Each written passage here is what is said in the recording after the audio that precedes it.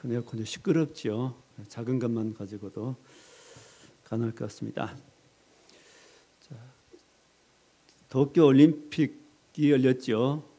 일부 개식 장면을 TV를 통해서 보았습니다. 소감은 한마디로 조금 칙칙한, 어두운, 꼭 장례식 같은 옷도 그렇게 입고 분장도 그렇게 하고 내용도 그런 내용들이었습니다.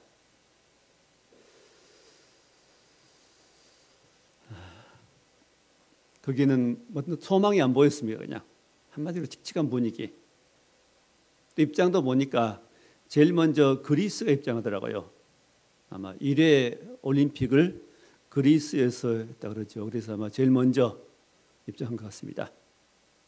그리스 하면은 신들로 유명합니다.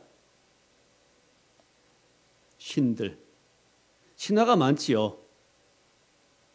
그리고 성화도 바로 그리스의 신전에서 불을 붙여다가 올림픽의 기간 동안 계속 불을 태우지요. 그렇게 보면 올림픽은 그냥 축제라고 하지만은 물론 좋은 면이 있습니다. 세계 사람들이 만나고 서로 친목하고 하는 건 좋지만은 그것 때문에 평화가 이루어진 부분은 좋은 부분입니다. 그 불을 갖다가 신전에 불을 붙여다가 그 불을 밝혀놓고 그 밑에서 축제한다는 것은 좋은 일 아닙니다. 자, 그리스의 수도 아테네.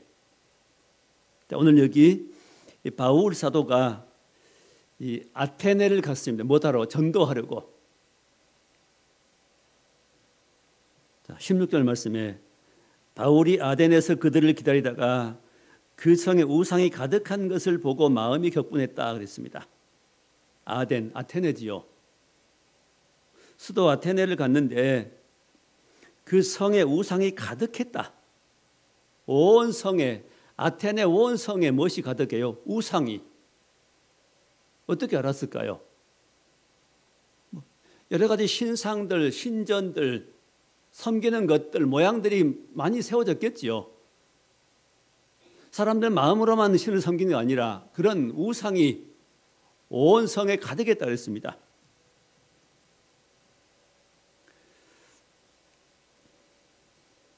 자, 그래서 그런 가득한 우상을 보고 그 마음이 심히 아팠습니다. 격분했습니다. 분노가 일어났습니다. 분할 정도로. 왜 분한 마음이 들지요?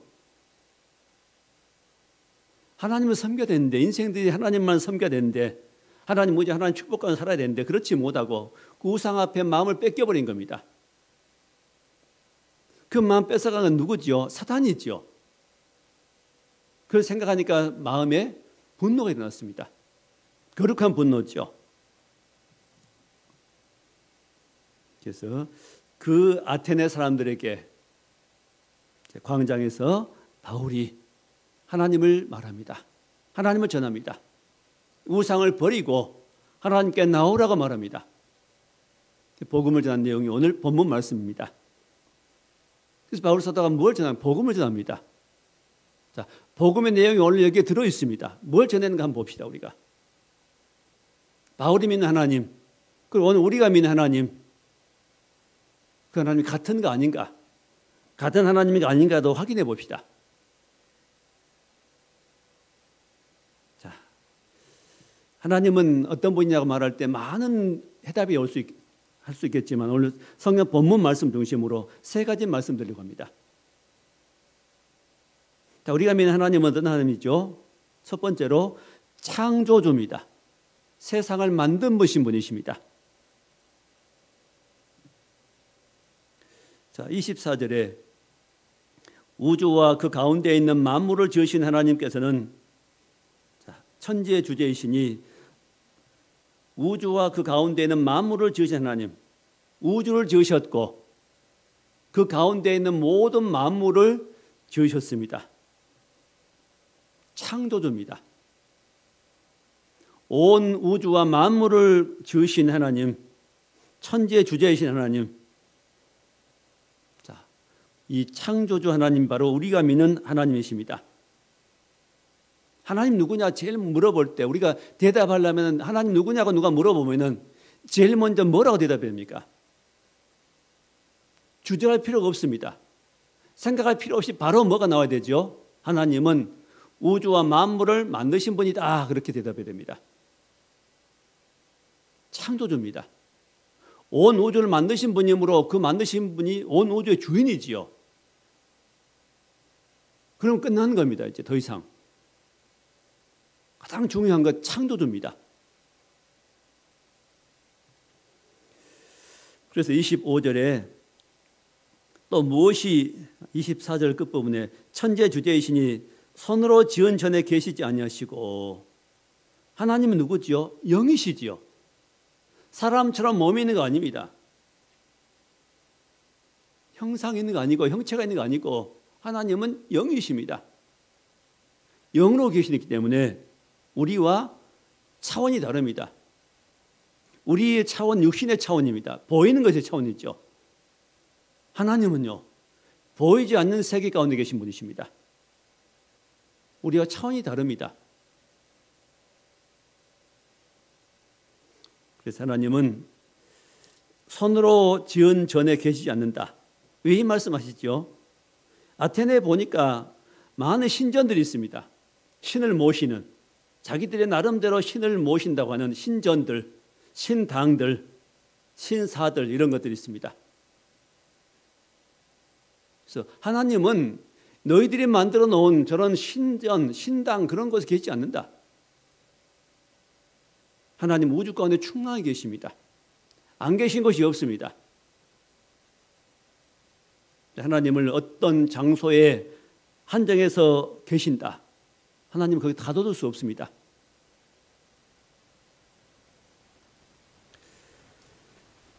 또 25절에 또 무엇이 부족한 것처럼 사람의 손으로 섬김 받으시는 것이 아니다. 하나님 부족함이 없으십니다. 우주와 만물을 지으신 그분이 뭐가 부족하겠습니까? 모든 것이 다 하나님의 것입니다. 하나님의 소유지요. 해도 하나님의 소유요. 땅도 하나님의 소유고, 그 가운데 있는 모든 동식물도 하나님의 것입니다. 사람들이 잠깐 자기들이 가지고 있었다고 해서 그것을 자기 것이라고 다 주장들 합니다. 하나님의 것입니다. 내 몸도 하나님 우리를 만드셨기 때문에 나도 우리도 우리 몸도 주인이 하나님이십니다. 이렇게 하나님이 모든 걸 만드셨다고 우리가 인정해 드릴 때 거기서 신앙이 출발한 겁니다. 그게 참된 신앙이 나옵니다. 이걸 인정하지 못하면 거기는 참 신앙이 나올 수가 없습니다. 왜? 다 내 것이니까요. 하나님을 믿는 믿음, 우리는 가장 먼저 하나님은 창조주시다. 나를 만드신 분이다 하고 믿고 고백해야 됩니다. 또 하나님은 무엇이 25절에 부족한 것처럼 사람 손으로 섬김받는 것이 아니다. 하나님은 홀로 충분하십니다. 사람이 안 섬겨도 됩니다. 사람이 뭘 안 드려도 괜찮습니다. 하나님께 부족함이 없으시죠. 자, 손으로 섬김받는 분이 아니시다. 영이시니까. 그래서 하나님을 무엇으로 섬기는 겁니까? 하나님 영이시니 신령과 진정으로 예배할지니라. 가장 중요한 우리 마음으로 섬기는 겁니다. 가장 중요한 것은 마음입니다. 마음이 들어가지 않는 것은 참 섬김이 아닙니다.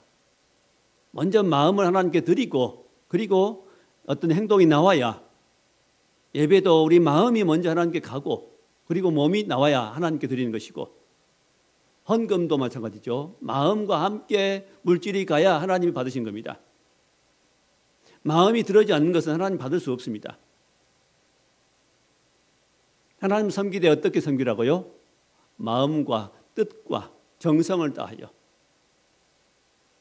마음, 뜻입니다. 마음과 뜻, 마음을 다하여 주 하나님 섬기라. 또 마음을 다해 하나님을 사랑하라고 말씀합니다. 다른 종교들은 교주를 사랑하라는 그런 종교는 없습니다. 두려움으로 섬기라 이런 것밖에 없습니다.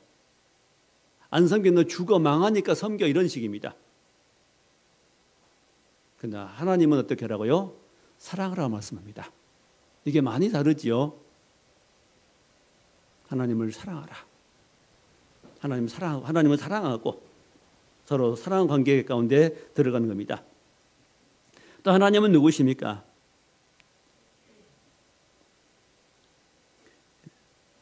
(25절) 세 번째 줄에 이는 만민에게 생명과 호흡과 만물을 친히 주시는 이십니다. 모든 만민에게 첫째 뭘 주셔요? 생명 주신다. 모든 사람들이 지금 생명 가지고 움직이고 있습니다. 숨쉬고 살아갑니다. 생명과 호흡을 주셨습니다. 사람을 만드실 때 흙으로 모양을 지으시고 그리고 코에 생기를 불어넣습니다. 하나님의 생기, 기운이죠. 그 사람이 생명이 되고 그때 움직이기 시작했습니다. 하나님의 생명을 가지고 우리가 평생 호흡하며 살아갑니다. 숨 쉬지요. 숨을 10분만 쉬지 못한다면 살 수 있는 사람은 아무도 없을 것입니다. 호흡이 그치면은 사람은 죽는 겁니다. 사람 뭘로 살아가는 겁니까? 호흡으로 살아가지요. 누구 호흡이요? 하나님의 호흡입니다.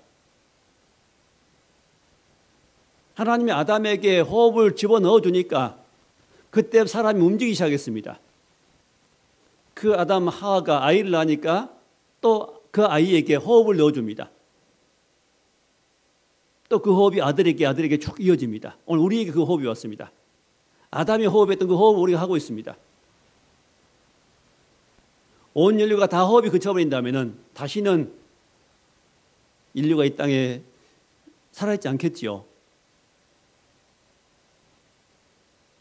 우리는 하나님이 주시는 호흡 가지고 지금 숨쉬고 있는 겁니다. 하나님 만든 공기 가지고 우리가 지금 호흡하고 있습니다.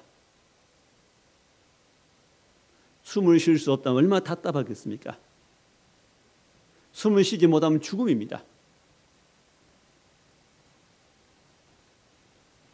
숨쉬게 하신 하나님 감사합니다 해야 됩니다.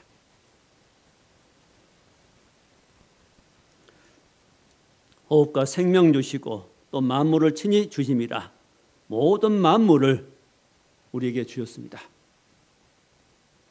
햇빛도 주시고 비도 주시고 물도 주시고 모든 식물도 주셨습니다. 자, 이렇게 하나님은 바로 우리에게 숨 쉴 수 있는 또 살아갈 수 있는 먹을 수 있는 모든 것도 우리에게 주셨습니다. 또한 26절에 보니까 인류의 모든 족속을 한 혈통으로 만드사 인류의 모든 혈통을 몇 혈통이요? 한 혈통입니다. 백인, 황인, 흑인이 있는데 이 모든 혈통이 하나입니다. 피부색은 다르지만은 하나지요. 그래서 흑인과 백인이 결혼해도 아이를 낳습니다. 이세를 낳을 수 있습니다. 네, 모두가 혈통이 하나니까요. 그러나 사람과 원숭이 사이에서는 새로운 생명체가 나올 수가 없습니다. 왜요? 혈통이 다르니까요. 근데 진화론자들은 원숭이가 점점 진화해가지고 사람이 됐다 말합니다. 말도 안 되지요. 성경을 조금만 알면은 이런 헛된 말을 하지 않을 것이고 헛된 걸 따르지 않게 될 것입니다. 아직도 교과서에는 학생들이 배우는 교과서에는 진화론이 맞다고 소개되어 있습니다. 왜 그러죠? 하나님을 모르니까 그렇습니다. 성경을 모르니까 그렇습니까? 모든 신앙의 출발이 우리 인생의 행복의 출발이 어디서 시작된다고요? 하나님께로 출발하고 그 하나님 누구시라고요? 창조주입니다. 창조주 하나님. 이 창조주 하나님을 믿을 때 우리는 바른 하나님을 알게 됩니다. 또한 26절에 연대를 정하시며, 자, 혈통으로 만드사 온 땅에 살게 하시고, 온 땅에, 하나님은 우리 어디 살게 해요? 땅에 살게 하십니다. 이 지구에. 공중에는 살 수 없습니다. 물속에서 살 수 없습니다. 사람이 살 수 있는 것은 어디요? 땅 위입니다. 땅 위에서 집을 짓고, 물론 가끔은 물 위에 수상가옥을 짓는 나라도 있습니다. 결국은 땅에 나와서 살죠. 땅의 것을 먹고 심어서 살아가는 겁니다. 지금 화성 우주선을 보내고 탐사선을 보내고 거기서 사진이 오고 화성에 물이 있는가 없는가 관심이 있고 그럽니다. 왜요? 화성에 가서 살아볼까? 하나님이 만드신 우주 가운데 사람이 살 수 있는 최적의 조건은 지구밖에 없는 겁니다. 지구는 사람이 살 수 있는 최적의 조건입니다. 눈으로 하늘을 볼 수 있고, 하늘은 별이 떠 있고 해가 떠 있고, 하늘에서 비가 내려주고 별이 떠 있고, 자, 하늘 구름이 있고, 자, 하늘과 땅과 바다, 하나님 만들어 주신 최적의 조건입니다. 땅의 모든 폐수가 바다로 흘러가면은 바다에 정화시키지요. 바다는 지구 표면적이 한 70%가 바다라 그럽니다. 땅이 30%, 바다가 70%입니다. 넉넉히 땅에 있는 모든 것들을 바다로 흘려보내도 바다에서 정화시키는 겁니다. 바다는 안 썩지요. 물론 요즘은 일부가 막 썩지만은 큰 바다는 썩지 않습니다. 사람이 살 수 있는 최적의 조건을 만들어 주었습니다. 물을 주시고 공기를 만드시고 또 계절을 주셔서 순환되게 하십니다. 물이 순환되지요. 비가 내리고 다시 데워져서 올라가고, 구름에 다시 비가 내리고, 공기가 순환됩니다. 공기가 위로 갔다 아래 갔다 이쪽 갔다 바람을 통해서 순환이 됩니다. 계절이 바뀝니다. 계절이 바뀌는 것도 하나님의 놀라운 지혜라 그럽니다. 지구가 축이 반드시 되는 게 아니라 23.5도쯤 비뚤어져 있죠. 반듯하게 돌아가는 게 아니라 23.5도쯤 기울어 돌아간답니다. 그래서 사계절이 생긴다는 거죠. 만약 반듯하게 축이 되어 있다면 계절이 변화가 없다는 겁니다. 똑같이 1년 내내 똑같은 계절. 하나님의 지혜입니다. 사람은 할 수 없는 공중에서 지구가 매일 한 바퀴 돌아가고 1년에 태양 중심으로 또 한 바퀴를 공전하고 1년이 가고 하루가 바뀌게 하는 하나님의 지혜, 또 계절이 바뀌는 이런 지혜, 하나님이 지으셨습니다. 하나님 만드셨습니다. 이 하나님 주신 이 귀한 것들을, 좋은 것들을 우리는 잘 지키고 후손들에게 물려줘야 되겠습니다. 함부로 사용하지 말고, 함부로 버리지 말고, 함부로 대하지 말고 소중하게. 누가 주신 거니까요?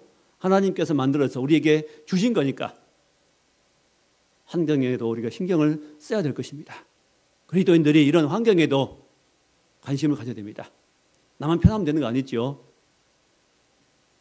할 수만 해서 에어컨도 적게 틀으면 좋겠습니다. 에어컨 켜는 시간도 할 수만 있다면 뭘 위해서요? 환경을 위해서.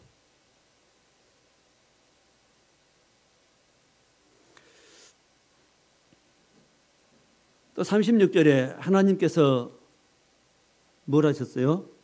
연대를 정하시며 사람이 살 수 있는 연대를 정했습니다. 처음에는 사람들이 오래 살았습니다. 아담 930살까지 살았고, 노아 홍수를 만날 때 노아 나이가 600세라 그랬죠. 가장 오래 산 사람은 969세 무두셀라입니다. 보통 800년 내지 900년 살았습니다. 언제? 홍수 전에는. 홍수 이후에 환경이 급속도로 악화돼 버리죠. 그래서 모세가 말하기를 시편 90편에 인생이 70이요 강건한 80이라고 말합니다. 요즘 의학이 발달해서 100세 시대라고 말합니다. 사람이 절대 천년 살 수 없습니다. 하나님이 정해주셨기 때문에.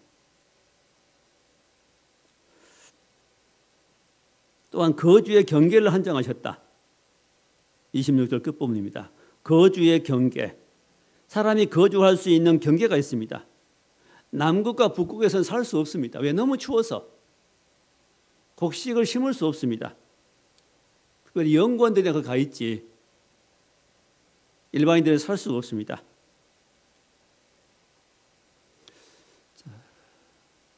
우리 한국이 지금 걸쳐 있는 그 어디냐면 위치가 북이 위도상 30도에서 40도 사이 거기입니다. 거기가 가장 살기 좋다 그럽니다. 우리 한국이 미국 가면은 제일 많이 사는 LA죠. 로스앤젤레스. 한국과 같은 위도입니다. 거기가. 이탈리아가 거기 위도에 걸쳐 있죠. 복음화율이 가장 높은 곳이 그곳이라고 합니다. 가장 복음이 왕성하게 전파되고 지금도 꼽히는 지역이 그 띠가 바로 30도에 40도 사이라는 겁니다.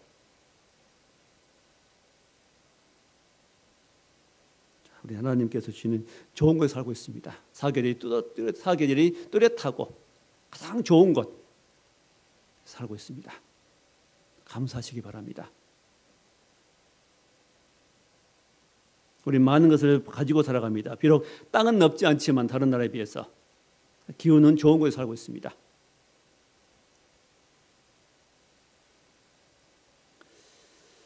자, 이런 모든 걸 보면서 하나님을 찾으라는 것입니다. 27절에 이런 모든 것을 만드시고 보여주신 이유는 그 말이죠. 이는 사람으로 하나님을 더듬어 찾아 발견하게 하려 하심이로되. 자, 이런 자연을 보고 뭘 하라고요? 하나님을 찾으라는 겁니다. 하나님을 느끼라는 것이죠. 로마서 1장 20절의 말씀대로 하나님 주신 모든 만물에 하나님의 능력과 신성이 들어있다. 그러면 누구든지 핑계하지 못할지니라 말씀합니다. 그 모든 것 지으신 하나님의 지으신 피조물 속에는 모든 하나님의 능력과 신성이 거기에 들어 있습니다. 사람도 얼마나 잘 만들어졌는지요. 얼마나 정교하게. 누가 만드셨어요? 하나님께 지으셨습니다. 아메바가 점점 변해서 사람이 된 것 아니고 하나님이 처음부터 지으셨습니다. 종류별로, 식물도 종류별로, 씨 가진 열매 종류별로, 짐승도 종류별로, 종류대로 지으셨습니다.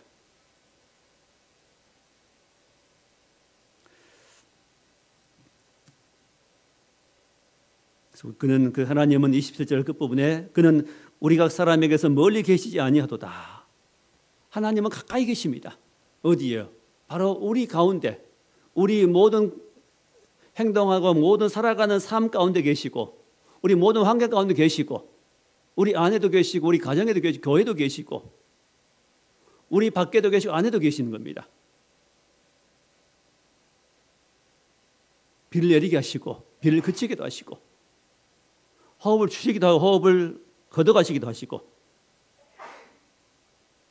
사람의 생명이 어디 누구에게 있어요? 하나님께 있는 겁니다. 우리의 인생의 생사화복이 누구에게 있어요? 하나님께 있는 겁니다. 내가 노력한다고 해서 되는 것만 아닌 겁니다. 노력은 하지만은 하나님께 뭘 해달라고 기도하지만은 결국은 누가 하셔요? 그것을 하나님이 하시는 겁니다.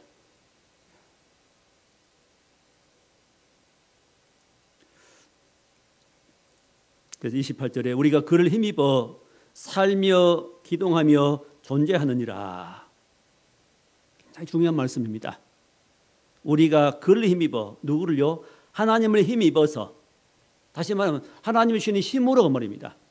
하나님 주신 힘으로 살며 오늘 우리가 여기까지 와서 아침에 일어나서 우리가 세수하고 여기까지 교회에 왔습니다.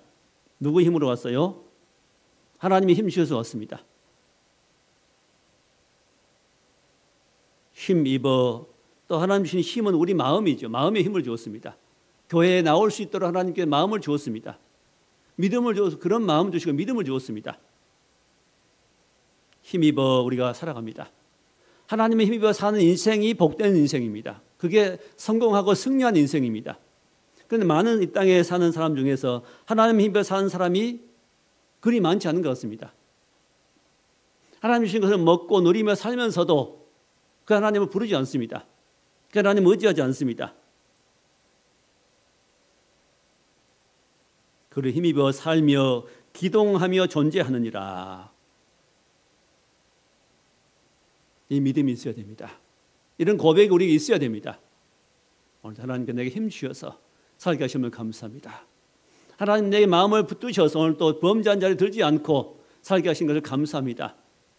하나님 떠나지 아니하고 여기까지 살아올 수 있게 하신 것을 감사합니다 해야 됩니다. 그게 우리 믿음이지요. 하나님을 붙잡아야 됩니다. 하나님의 주신 모든 것을 가지고 살면서도 하나님을 부르지 않고 찾지 않은 사람들, 그런 누구를 믿죠? 하나님 외에 다른 신을 믿습니다. 다른 신을 의지한 자들은 저주를 받습니다. 그래서 많은 인생들이 저주 가운데 있습니다.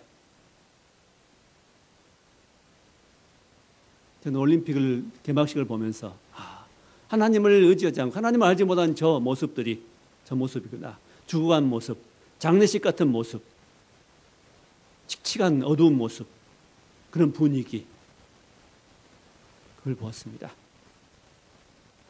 예수 믿게 되면 마음이 밝아집니다.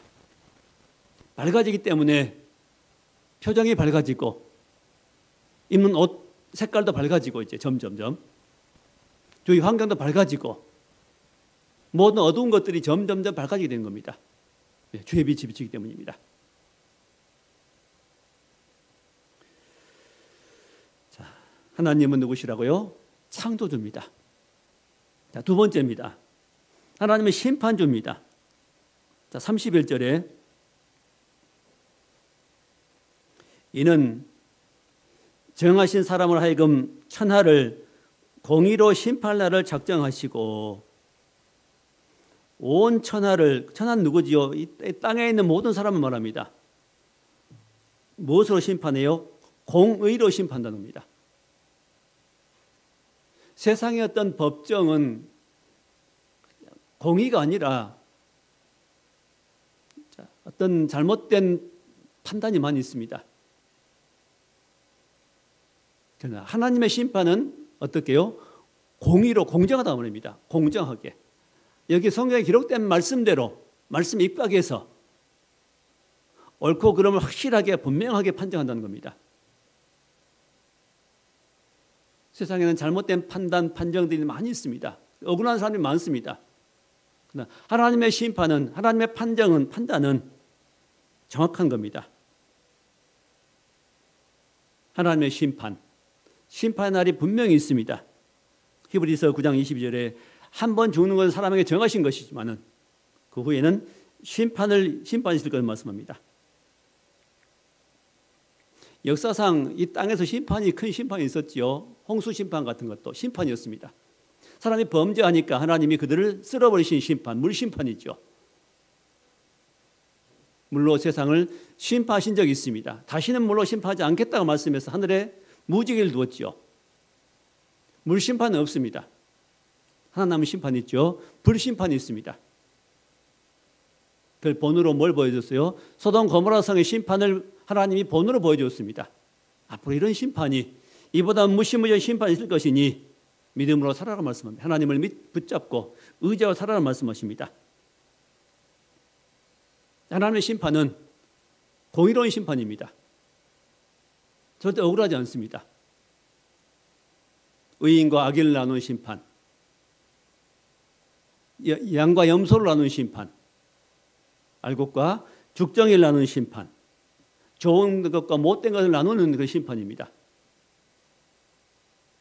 하나님을 믿고 주 예수 안에서 믿음으로 사는 백성들은 상을 받는 심판이고, 이런 하나님을 거절하고 거부하고 예수 믿기를 거절하고 교회 생활하기를 거절하고 이런 사람은 결국은 심판을 받게 되는 겁니다. 무슨 심판? 불의 심판이, 지옥 심판입니다. 이런 심판이 분명히 있다는 말씀하는데 그걸 믿지 못하게 하는 것은 누구지요? 사단입니다. 베드로서 말씀 보면은 베드로서에 말씀하기를 세상은 창조했던 당시처럼 그대로 있다는 겁니다. 영원히. 잘못된 가르침입니다. 이런 가르침에 속지 말고 심판의 날이 있음을 생각하면서 믿음으로 살아라고 말씀합니다. 하나님은 심판주입니다. 이 심판하는 권세를 누구에게 넘겨줬어요? 이제는 그 아들에게 줬다는 말씀입니다. 하나님의 아들 예수 그리스도가 심판주가 되어서 심판을 가지고 심판을 할 것입니다. 심판의 근거는 어디 있지요? 여기 말씀입니다. 성경 말씀입니다. 성경 말씀 그대로 심판하십니다. 공정하지요? 룰이 정확히 정해져 있습니다. 그래서 우리가 심판에 대비하기 위해서 그런 심판을 받지 않고 바른 이제 하나님의 주시는 좋은 걸 얻기 위해서 상 받기 위해서 상 받게 하기 위해서는 하나님 말씀을 가감하지 않고 그대로 전하려고 합니다. 어떨 때는 좀 무겁지만은 듣기에 조금 거북스럽기도 하지만은 그럴지라도 왜요? 하나님 말씀을 정확하게 증거해야 되기 때문에 그 부분을 이해하고 들으시길 바랍니다. 하나님은 심판주십니다. 마지막 세 번째로 하나님은 구원해 주이십니다. 죄악에 빠진 인생들을 건드신 일을 누가 하시죠? 하나님께서 하십니다. 세상을 만드신 인간을 만드신 하나님께서 마귀 속임에 빠져서 범죄한 하나님 떠나버린 인생들을 다시 구원하신 일을 누가 하셔요? 하나님이 하십니다. 뭘 통해서? 그 아들 예수님을 통해서 하십니다. 그 아들 예수님은 십자가에 죽게 하시고 다시 살리심으로 그 십자가에 죽으시고 부활하신 예수님을 주로 믿고 사는 백성들을 구원하십니다. 자, 31절 말씀입니다. 이는 정하신 사람으로 하여금 천하를 공의로 심판할 날을 작정하시고 그 다음 말씀 이에 그를 죽은 자 가운데서 다시 살리신 것으로 그가 누구지요? 예수님이죠. 그를 죽은 자 가운데 다시 살리신 것으로 모든 사람에게 믿을 만한 증거를 주셨습니다. 예수님을 우리가 구주로 믿을 수 있는 가장 확실한 증거가 뭐지요? 죽은 자 가운데 살아나신 것입니다. 부활입니다.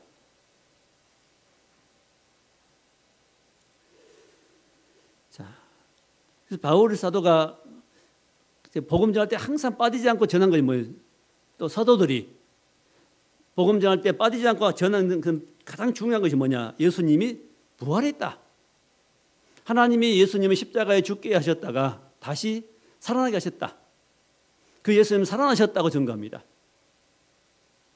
이 살아나신 예수님을 믿는 사람들은 영원히 살아난 겁니다. 예수님이 죽어서 무덤에 계신다고 생각하는 사람들은 영혼은 불하지 않습니다. 영혼은 살 수가 없습니다. 복음의 핵심이 뭐냐면 그리스도의 부활인 겁니다. 부활이 있어야 그 부활의 주님 나를 도울 수 있죠. 죽어버린 예수님이 지금도 무덤에 계신다면 나를 위해서 뭘 하겠습니까? 살아 계시니까 나를 도와주신 거죠. 부활은 너무나 중요한 사건입니다. 부활의 복음은 엄청나게 큰 능력입니다. 꼭 빠지지 않고 반드시 전했던 말씀들이 바로 부활입니다. 그리스도의 부활.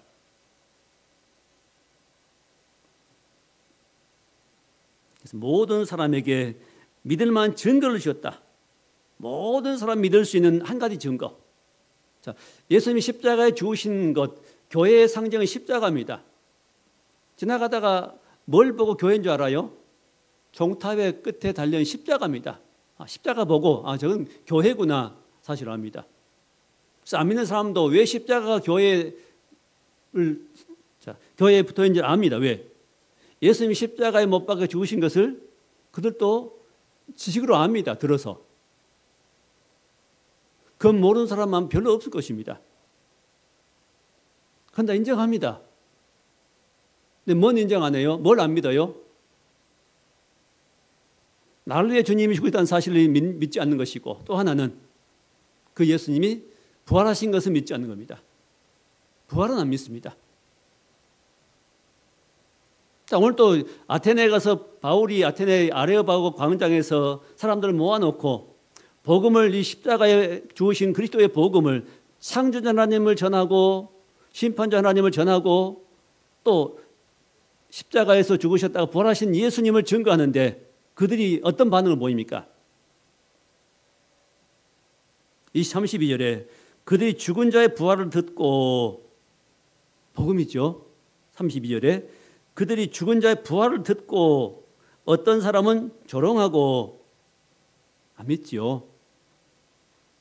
조롱하고, 어떤 사람은 이 일에 대하여 내 말을 다시 듣겠다. 다시 다음에 또 듣겠다는 겁니다. 조금 관심이 있는 겁니다. 과연 저 말이 옳겠는가? 옳은가 그런가? 아직은 안 믿어지기 때문에 또 듣겠다는 겁니다. 바울이 거기 떠나는데 그때 몇 사람 믿는 사람이 나옵니다. 마지막 34절에 그 몇 사람이 그를 가까이 하여 믿으니, 몇 사람 믿었습니다. 많은 사람 모였는데 그중에 몇 사람 믿습니다. 많은 사람에게 사실을 전해도 다 믿지 않습니다.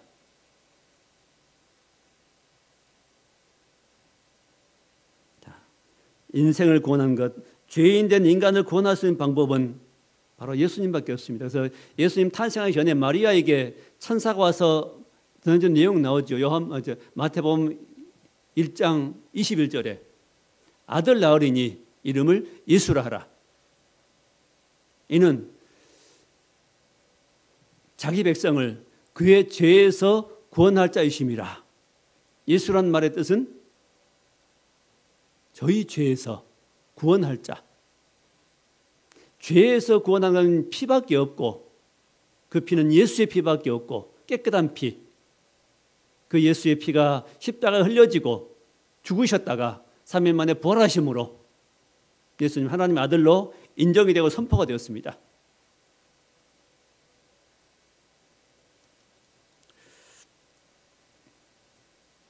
그래서 그 예수님을 믿고 하나님 앞에 나와서 회개하라고 말씀하죠. 30절 두 번째 줄에 이제는 어디든지 사람에게 다 명하여 회개하라 했다.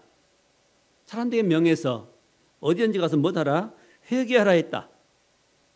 지금도 하나님 믿지 않고 그 예수를 배격하고 우상 앞에 나갔던 그런 죄를 돌이켜서 회개하고 다시 바른 자리에, 믿음의 자리로 돌아오라는 것입니다. 회개하라 했다. 이 복음을 전해도 사람들은 선뜻 믿으려고 하지 않습니다. 자, 예수님밖에 길이 없죠. 영접하면 요한복음 1장 12절 말씀대로 영접한 자, 곧 그 이름을 믿는 자들에게는 하나님의 자녀가 된 원세를 주시고, 요한복음 14장 6절에 내가 그 길이요 진리요 생명이니 나로 말미암지 않고는 아버지께로 올 자가 없다. 예수로 말미암지 않고는 십자가에 죽으시고 부활하신 그리스도로 말미암지 않고는 절대로 창조자 하나님께로 나가는 길이 없습니다. 아주 유일한 길은 이 그리스도의 부활을 믿음으로 하나님께 나갈 수 있게 됩니다. 또 사도행전 4장 12절에도 천하 인간의 구원을 얻을 만한 다른 이름을 우리에게 주신 적이 없다고 말씀하죠. 오직 예수 그리스도밖에 없습니다. 그 예수를 전하면 사람들은 비웃기도 하고 비방하고 욕하기도 하고 반대하고 믿지 않으려고 합니다. 하나님 하면 조금 사람들은 이렇게 인정하는데 예수님 하면은 사람들은 싫어합니다. 왜 그럴까요? 사단이 제일 싫어하는 겁니다. 그 이름이. 그런데 우리는 그 이름을 가지고 있습니다. 제가 말씀 맺겠습니다. 우리가 믿는 하나님은 우주와 만물을 또 우리를 만드신 분이십니다. 그 모든 만드신 하나님 만드신 것 가지고 우리 살아갑니다. 숨 쉬고 물 마시고 먹고 하나님 신 땅에서 하나님 것으로 하나님 복음 안에서 축복 속에서 은혜 속에서 하나님 소망 가운데 살아갑니다. 늘 감사해야 됩니다. 하나님 감사합니다. 감사합니다. 감사합니다 해야 됩니다. 감사할 때 놀라운 은혜가 우리에게 주어집니다. 두 번째, 하나님이 심판 주십니다. 언젠가 하는 주님 다시 오시면 세상은 끝이 날 것이고 모든 심판을 받습니다. 모든 인생에서 하나님 앞에 서게 됩니다. 흰 보호자 앞에 서게 됩니다. 백보자 심판이라고 그러죠. 예수를 믿는 백성들에게는 심판이 없습니다.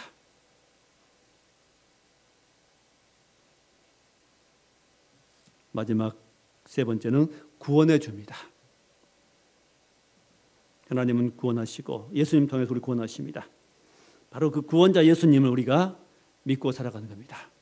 예수를 늘 시인하고 주라고 고백하고 예수 안에 주신 능력과 축복 속에 승리하는 저희 여러분의 삶이 될 수 있기를 축원합니다. 기도하겠습니다. 하나님 감사합니다. 우리가 믿는 하나님을 우리가 더 깊이 알게 해 주옵소서.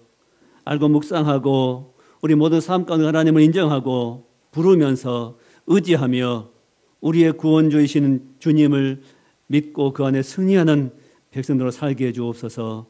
예수님 이름으로 기도하옵나이다. 아멘.